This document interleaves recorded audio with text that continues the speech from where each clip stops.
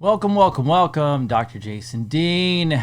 We're back. It's been a long time since we've had this one. Our schedules have been not messy, just busy, busy, busy. It's Mondays with Morley and Morley Robbins. Where are you now? Are you home? Are you on? I'm officially home Looks in like a my. different office. It's a different office. Yeah, Okay, this is you do will be different. my 2025 and beyond office. Very nice. How are you? Yeah, Haven't seen you in a long time. I'm doing great. I'm swimming in new research, as you might imagine. Oh, Mm. fun. I know, right? Um, I'm just amazed at what we don't know, what we're learning. You're But amazed at what we okay, don't know. Will we yeah, ever get to the bottom? Do you think? no, no, You don't think that's possible? no. I think they took a body of knowledge and they blew it up about a century ago, and it's scattered in thousands of different places. Makes sense. Yeah. So it's just a game of hide and go seek and find it. And oh, here's another piece of the puzzle. So the the big bombshell was inside our nucleus. Am I pronouncing that right? Nucleus Nucleus, yes. Not or nuclear. Nucleus. not nuclear are proteins called histones. And the histones, there's four of them, but histone three is what decides whether the cell is going to replicate or not. And the process is the chromosome. Does anyone really understand what a chromosome is? But it's You know what's funny work. though? Everyone acts like they do. Like I know, all the right? DNA people out there, they were doing Oh, this and we have a supplement that makes telomeres lengthen and I'm thinking you don't even know what it is yet. Like how do you know if it lengthens it? and there's an enzyme telomerase Right?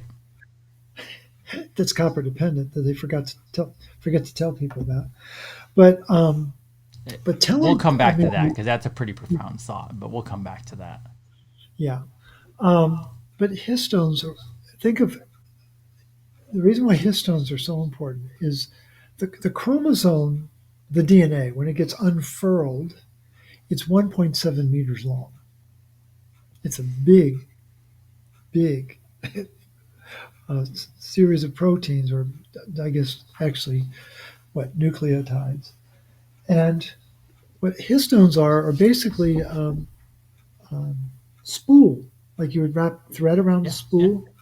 Well, the histone is the spool, and it takes 1.7 meters of information and condenses it down to 9 micrometers. Okay. And what the histone does is decide, are we going to unfurl the thread so it can be replicated, or are we going to keep it tight? And so the histone is deciding the fate of the cell. Death or Well, multiplication? just is it going to be multiplied, or is it going Right. to? As I understand it, the cell can only divide up to around 50 times.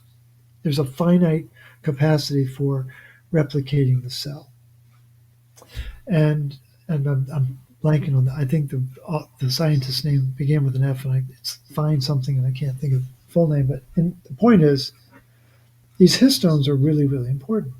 Well, I'd read this article a couple of years ago by Jonathan Gitlin, who's a big MD clinician scientist at WashU. I think he might now be at UCLA. But he made a passing comment that, yeah, histone metabolism is copper dependent. Like, that's a rather big thing to say. And, but never had any proof of it. It was just his word against the world.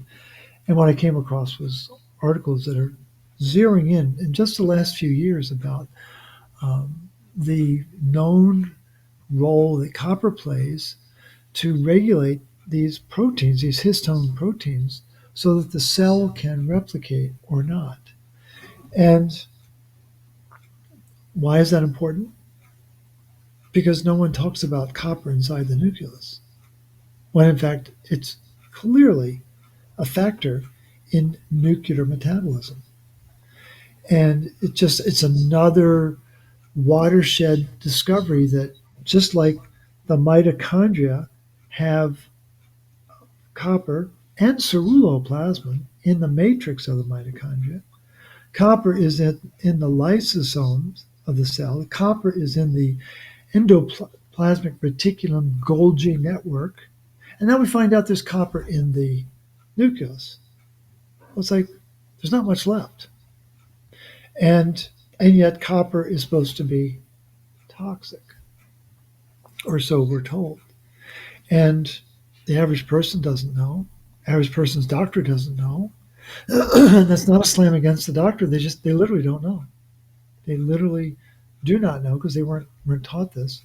But it begins to challenge the pablum on the internet that says that copper is toxic. Well, why would Mother Nature put a metal inside the nucleus that's a toxin? Does that even make any sense at all? And under what conditions does it become toxic? Usually when there's too much iron, or you're taking chemicals that have been crafted by big pharma. Sure. And suddenly the copper is spewing out of ceruloplasmin. And when it comes out, it gets oxidized. And then it gets bound to another protein, whether it's albumin or transcuprine or histidine as an amino acid, but it's a different beast attached to those elements than it is when it's attached to ceruloplasmin. And all of that is lost on the world of conventional medicine because they don't know what ceruloplasmin is, and they know that copper is a toxin, and they don't know that, ascorbic acid is causing copper to become reactive. Antibiotics are causing copper to become reactive. Hormone replacement therapy is causing copper to become reactive, and on it goes. And the public is being shielded from the truth of the matter, which is copper's running the show. It's so it's really arresting. And so what we've got is most practitioners don't know how energy is made. Most practitioners do not know how blood is made. Most practitioners do not know how bone is made. Most practitioners do not know how hormones communicate with each other, how they get activated. And now we find out, most practitioners don't know that histone metabolism is copper dependent. And why do I bring up those five? Because they're all copper dependent. You can't make energy, bone, blood, active hormones, and properly functioning histones without copper. And it's like, gee, I don't know. Think that's worth knowing? So no protein of the human body can be made without copper, essentially, because I mean structure cannot be made without. Because when you talk about bone, blood, talk about the cell, talk about the body, you're Right. trying to say that the body, the physiology of the body, Right. is dependent upon copper. Right. And again, I'm not being fanciful or melodramatic. I'm just reading the literature. You've heard of white blood cells, Yes. right? Right. Like leukocytes. Well, one of the most important um, white blood cells are neutrophils. Do you know where neutrophils come from? I'm not being annoying. I'm curious. Do you know where they come I from? mean, I would assume Yeah. everything starts in the bone marrow. I mean, comes out. Correct. That's exactly right. Starts in the bone marrow. So when I'm talking about blood is made in the bone marrow, it's a very sophisticated process. What I want to know is who's the brains of the outfit? Who's deciding how much how much neutrophils do we need? How much leukocytes do we need? How many eosinophils, basophils? Who's deciding that? Some part of our physiology is keeping track of the score. Right. I don't know who that is. Uh, Maybe you do. I would love to know. I mean, But it's but I would refer back just to innate. That's what. okay. But there's something behind innate, right? Correct. I mean, we know that there's got. I mean, really, isn't there something beyond innate? I'm not trying to be metaphysical. I'm just or spiritual. I'm just trying to understand who's running the show, and why is this important? Because 46% of the copper in the human body is found in the bone marrow.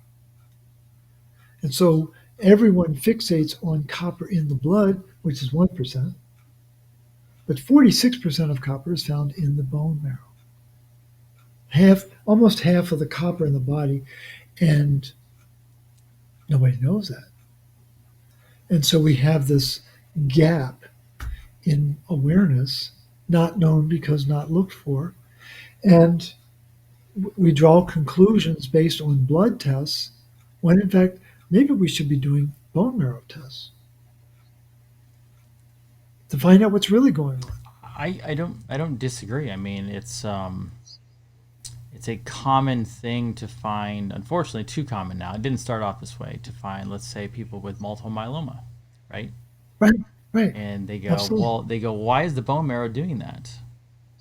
And Because it can't think, it can't make energy, and it's defaulting to that state.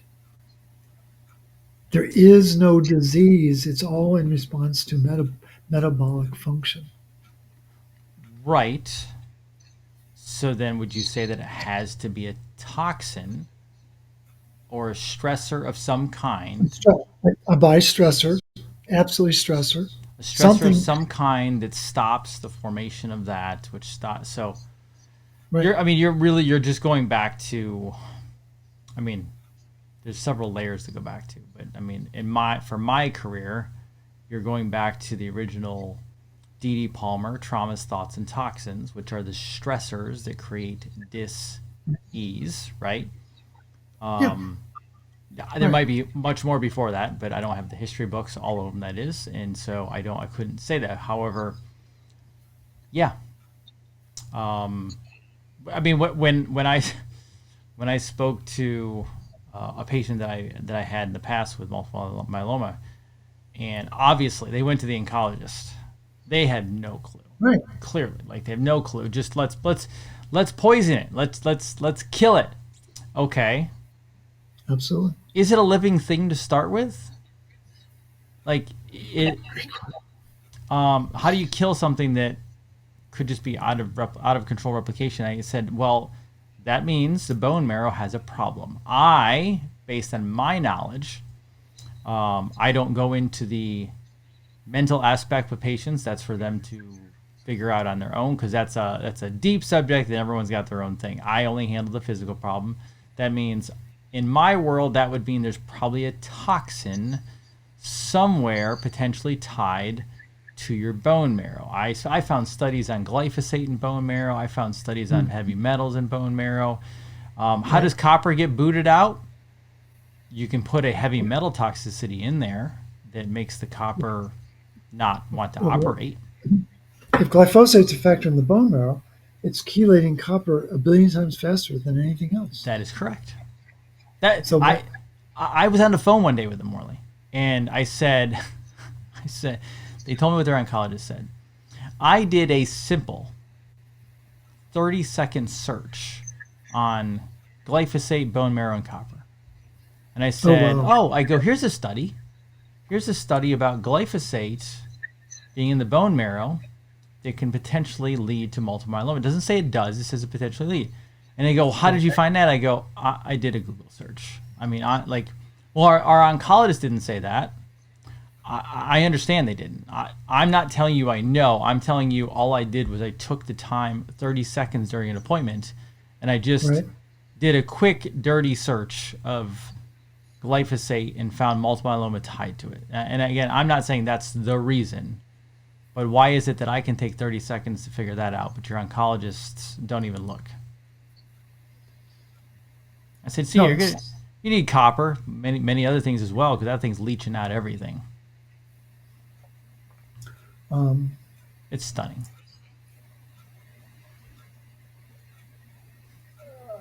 Give your notes right there. well, now I'm looking at I'm MDS. Um, um, hold on.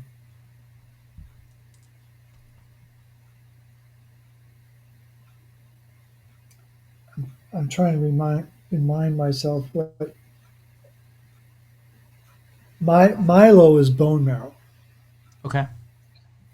Milo is bone marrow. Dysplasia is abnormal morphology. So myelodysplastic syndrome. That's why I was looking up MDS. I would imagine that that's a precursor to multiple myeloma. And what they've discovered is that um, this MDS, myelodysplasia, dysplastic syndrome, is a classic clinical sign of copper deficiency. That it Okay. isn't a disease, it's just a mineral deficiency. Interesting. Yeah.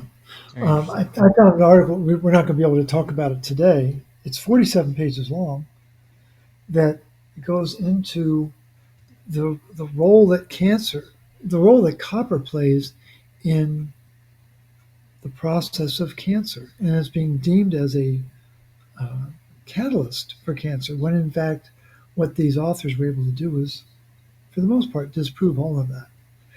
And I'm planting a seed. We'll talk about that in subsequent conversations, but I think this notion that copper is the toxin it's just patently absurd.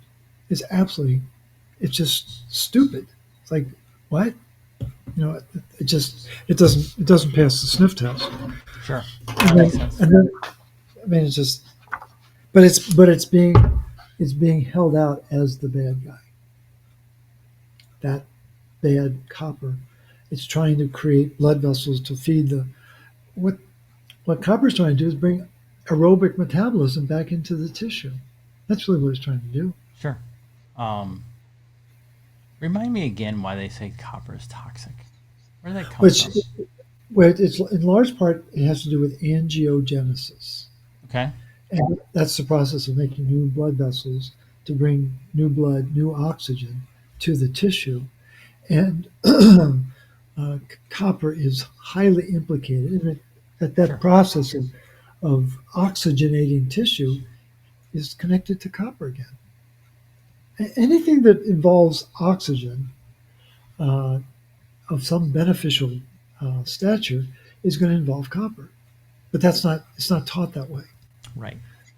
And so it just you've got the three ring circus as I understand it is copper and oxygen and iron. And if those three are not working in unison and in harmony, you're going to have dysregulation of energy, dysregulation of signaling, dysregulation of metabolism, and the immune system is going to be off. And that's the original focal point for dis-ease. That's the real mechanism of dis-ease. Copper and oxygen and iron are not working in sync with each other. Interesting. Okay. Makes more sense. Doesn't make Yeah. more No, sense. that's 100%. Um, and then this was a really interesting article from 2011. One of my heroes is a scientist named Jamie Collins down Yeah. at I remember you university. saying that name. Yep, and brilliant, lucid, gifted researcher. And this is an article about ceruloplasmin, the copper protein, and its expression and activity increasing in the state of iron deficiency. And I've read it before, but sometimes you have to read an article three or four times before you really begin to understand what's he trying to say. It's really, and so this is from 2011. The lead author's name is Nathan. Ranganathan, brilliant. He must have been a really gifted graduate student. But serum ceruloplasmin protein This one? expression and activity. increases in iron deficiency. So this is the very first sentence of the article, which I just think is priceless. It's like, wow. Increases in serum and liver copper content are noted during iron deficiency in mammals. Oh, you got the article. That's great. Thank you. Mhm. Uh, Suggesting that copper dependent processes participate during iron deprivation. So that's a mouthful, right? But here's the catch. I had this insight a minute before you texted me joining. I was like, I was distracted with a deep thought, dude. I was like, wait a minute, this is um, what exists on the planet? Iron fortification. Right. Iron fortification is not iron deprivation, right? No, They're, they're opposites. they're opposites, right? And they're So actually not even opposites because deficiency, fortification is not even the correct form of iron. So you're actually poisoning versus. you said it, not me. Neener, neener, neener. Come after him, not me. But so iron fortification, not our friend, right? Poisoning, as you just said. Um, but what does that do? What Jamie Collins proved back in, I think it was 2020, a few years after this article was written, what he proved is that they gave rodents, four-legged rats, Okay. the amount of iron in their diet that the two-legged rats would get. Comparable, scaling it down, right? What they discovered is that the copper metabolism was silenced by the amount of iron that was being received. Okay, you with me? Yeah. And so iron fortification causes copper deficiency, which then causes ironic anemia. And I use the word ironic. Hi, sweetie.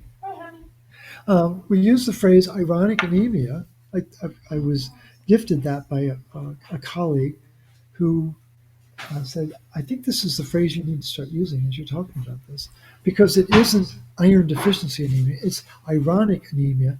It's low in the blood, but it's high in the tissue. And so by using iron fortification, causing copper deficiency, causing this mismatch between iron in the tissue and iron in the blood, creating the perception of anemia, which is Mm-hmm. then getting people to take more iron, which is getting back to the iron fortification. And so they've created this circular loop in our food system and our supplement system, and so people get stuck in this cycle, Sure. and they can't get out of it until they begin to work with the copper. It's just, but I've never stopped to think about what does iron deprivation mean. It's deprived, but it's a multi-step process to get there, and you don't think about it because there's iron everywhere. We were a colleague and I were at a Staples the other day, and this very switched on salesman was helping us with some equipment, and just happened to come up. He mentioned that he has anemia. He's probably he's probably about your age because you're a young Turk.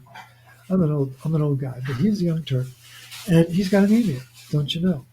And so this Don't you know? colleague said, this colleague said, do you eat wheat? Yeah. Do you have cereal? Oh yeah, yeah. Do you eat rice, things like that? Yeah, yeah, yeah, yeah. I do. She says, well, all of those have iron. How could you be anemic? And it was like he got hit with a barbell in his cranium. It was like he went. I never stopped to think about that.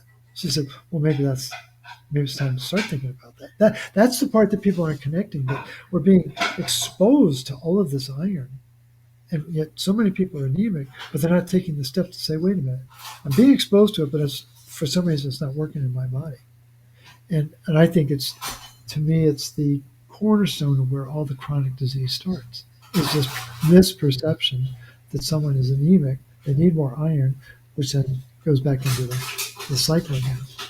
So, Yeah. No, that does it make sense? I hope it makes sense. it does. Here's the problem. How is it not making sense to others? Has what? How is it not making sense to others? That's a fair question. No, I, Is I it? think it's a no. I think people don't take the time to question Right. the assumptions that they've made. They're just not stepping back and saying, "Wait a minute, Correct. wait a minute," and um, it's like maybe it creates too much discomfort, cognitive dissonance. That well, they wouldn't put the iron in there if it wasn't good for me, right? And I don't think there's any sinister reason. That doesn't make sense to me.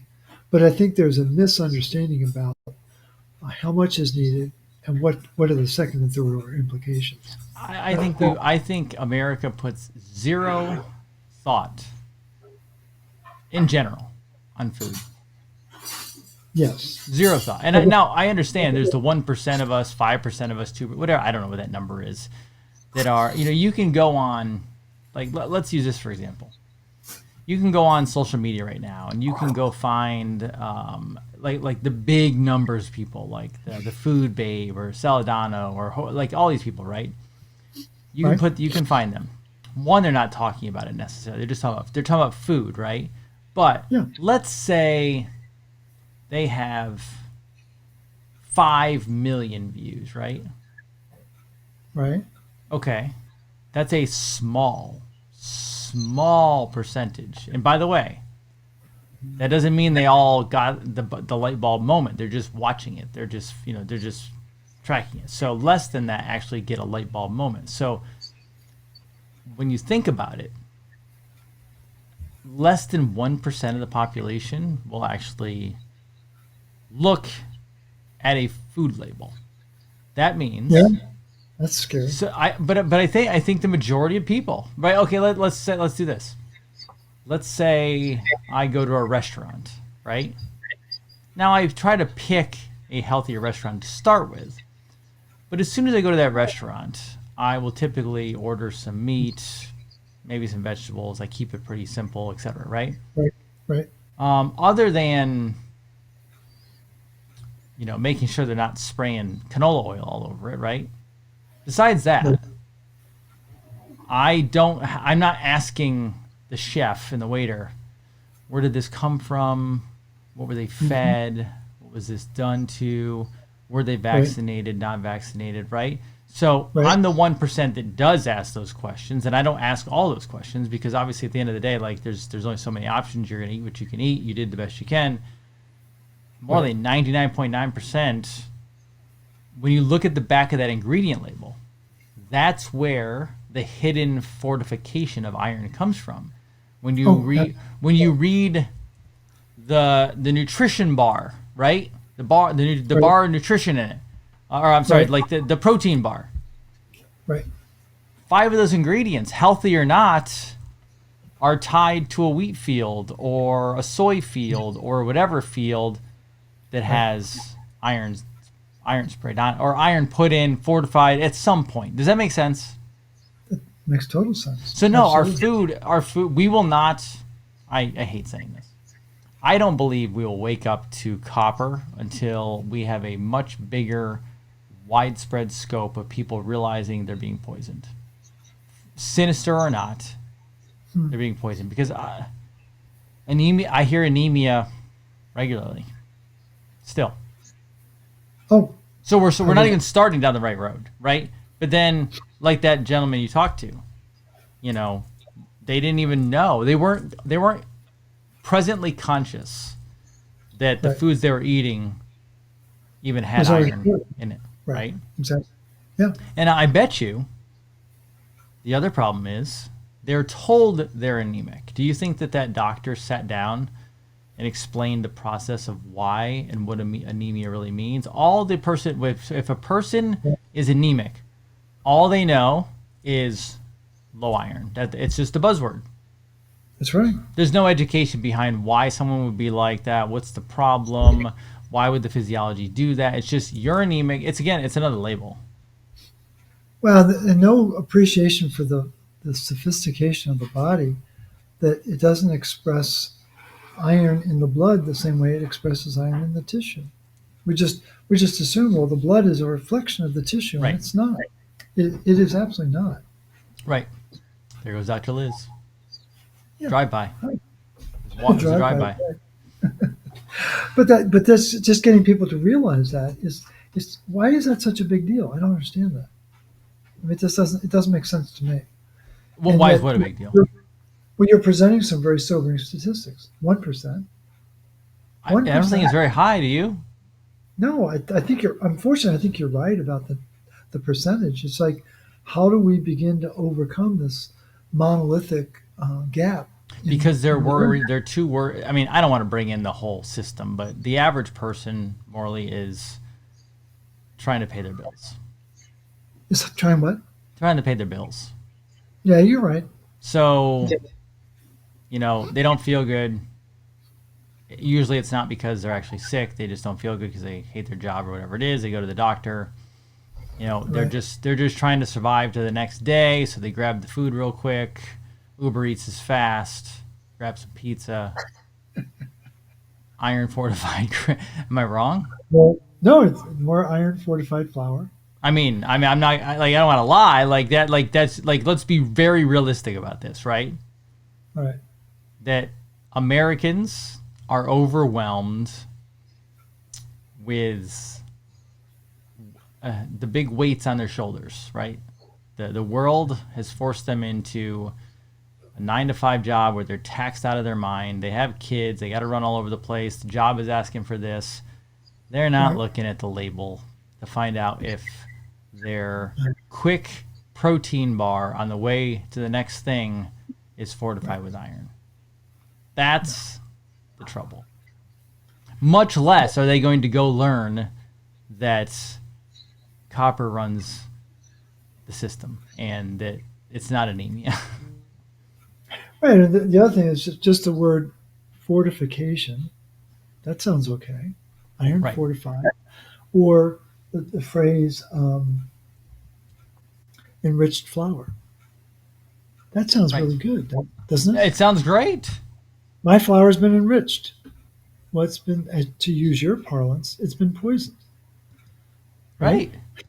Right. Again, whether it's sinister or not doesn't matter. It's been poison. That's what it is, right? Well, it's been altered. It's been, and I think what I'm coming to really learn, it's actually a neighbor down the street who brought this to my attention, and I keep looking more and more into this process.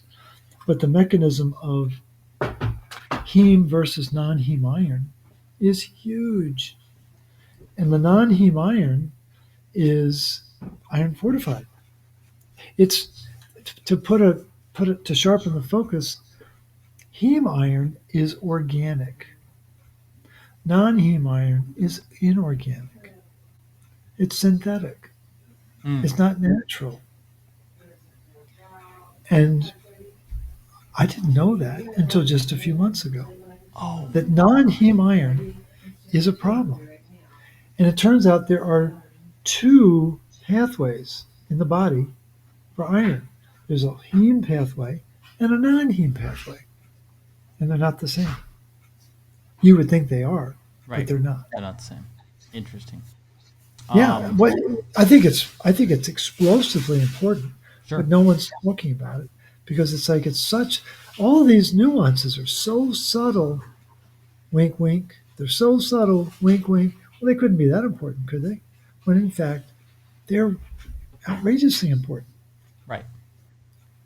Um, I heard somewhere, I have not looked into this, that, and obviously people know that I do a lot of stuff with parasites, and that's my fun spot. Right. Parasites consume ferritin. Have you heard this?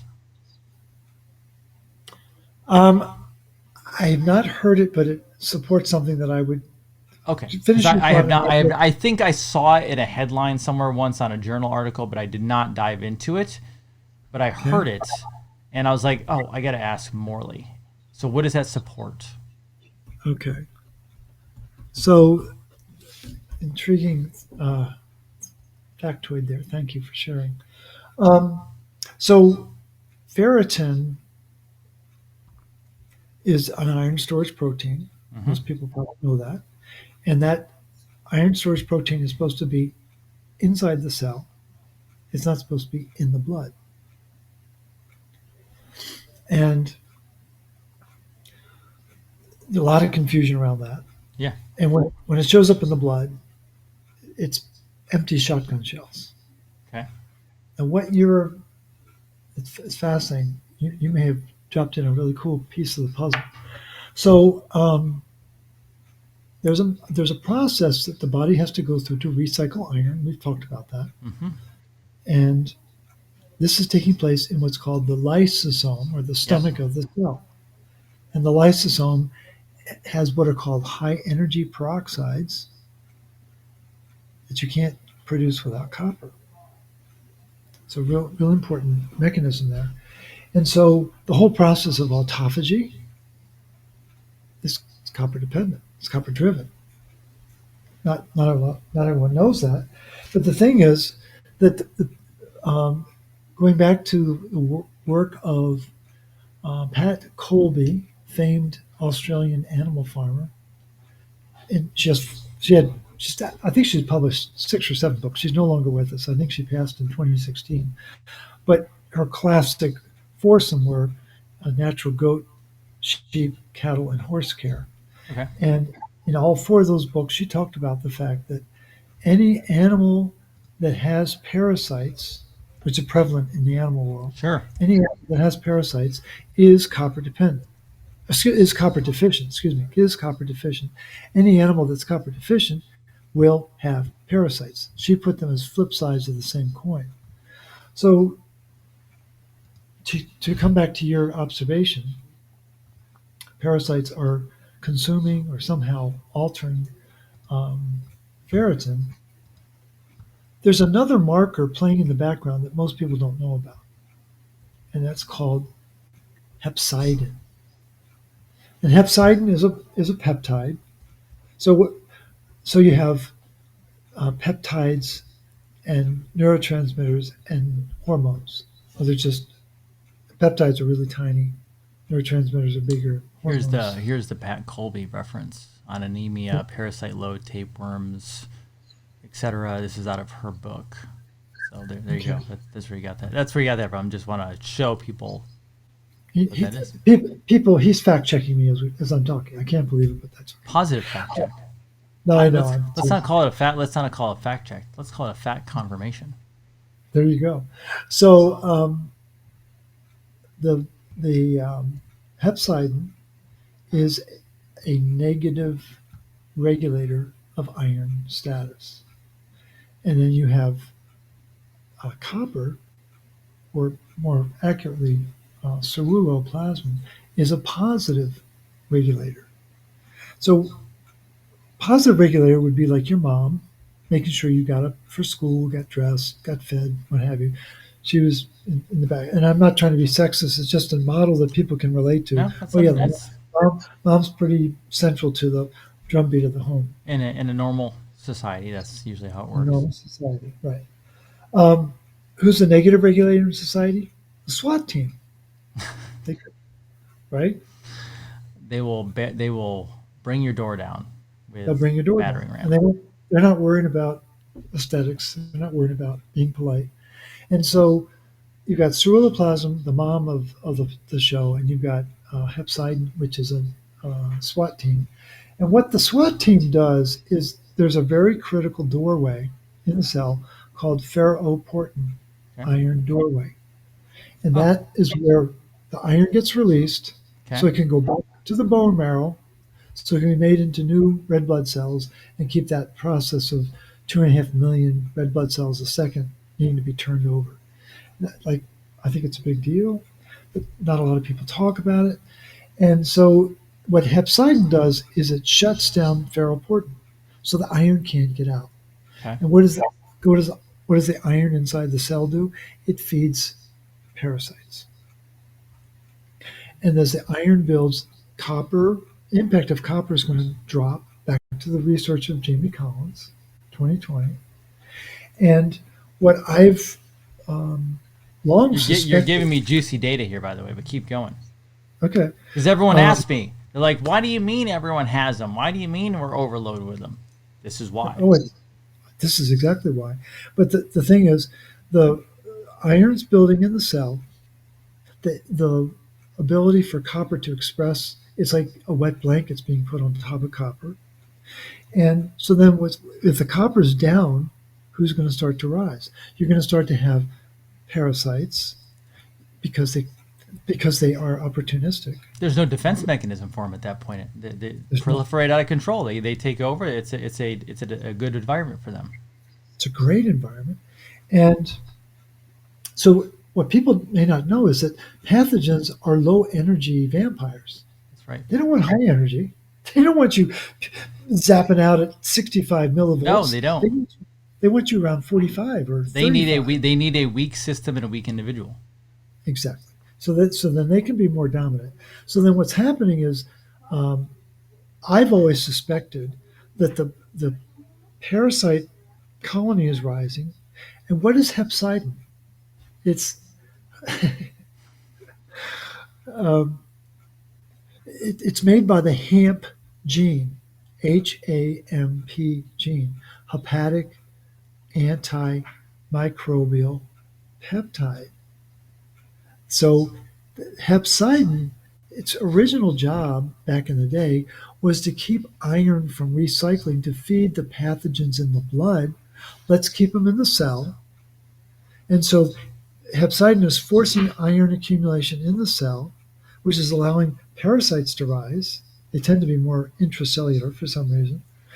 And copper's down.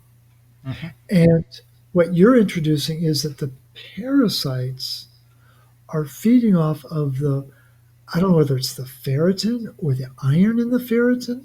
It's a fascinating concept, but it begins to complete the model that we're talking about. Because they're going to they're going to be looking for iron Sure. in order to survive, and they Got an need that overload of iron. iron. Got a little, and it's like it's too simple. You are literally you're creating a farm of parasites in your body, and you're feeding them constantly. And the lower that body goes, and then it's interesting because I just learned yesterday that I always knew eosinophils were associated to a possible parasitic infection. Then I heard Exactly. also basophils are, if you have a basophil and an eosinophil problem, that is a likely parasite issue. And the funny part is, which you would probably agree with this because it connects to copper, most people, most doctors are chasing autoimmune and thyroid issues when in reality they're missing the infection and they're missing the copper deficiency and the iron overload. Absolutely, 100%. And so I've always keyed off of eosinophils. I mean, they're going to rise with allergic reaction or sensitivity, Okay. chemical Yep. sensitivity, Yep. but they also rise with parasites. I don't know that much about basophils. I had just learned the basophils, so I have to learn more about that. I just picked that one up. I wasn't aware either. But what is important is to recognize That that wasn't your wife. no, this is our friend Sheila. I'm like, wait a second. That wasn't Dr. Liz. Come on back in. Come on, just say hi. Sheila is the ambassador for the root cause protocol, Oh, fantastic. Nice to meet you. and Me then too. of course Dr. Liz There's is Dr. the Liz. Hi, Dr. Liz. originator. Dr. Liz. So Dr. Liz just got back. She just got back from her adult daycare. She's Oh, just fantastic. yeah, it's fantastic. It's a great program. Wonderful Nice. program. Awesome. Well, So I just saw some other woman going through your house, so I thought I'd ask. yeah, yeah. How about these are for Susie? How about if we continue this in a few minutes? Yeah. Yeah.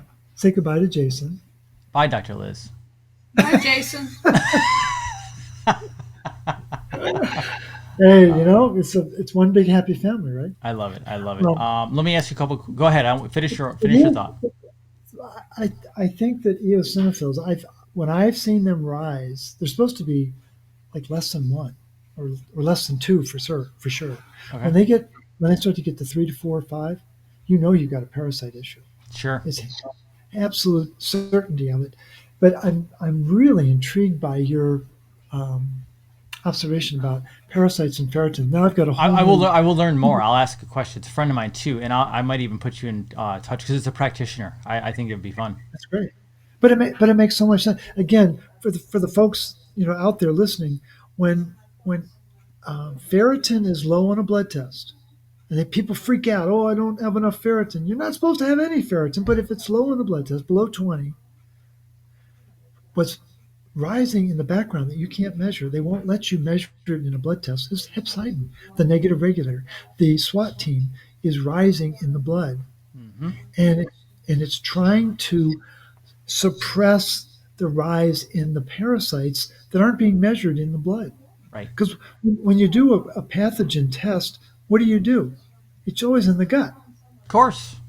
It's very rare that you would do any kind of a pathogen test in the blood, right?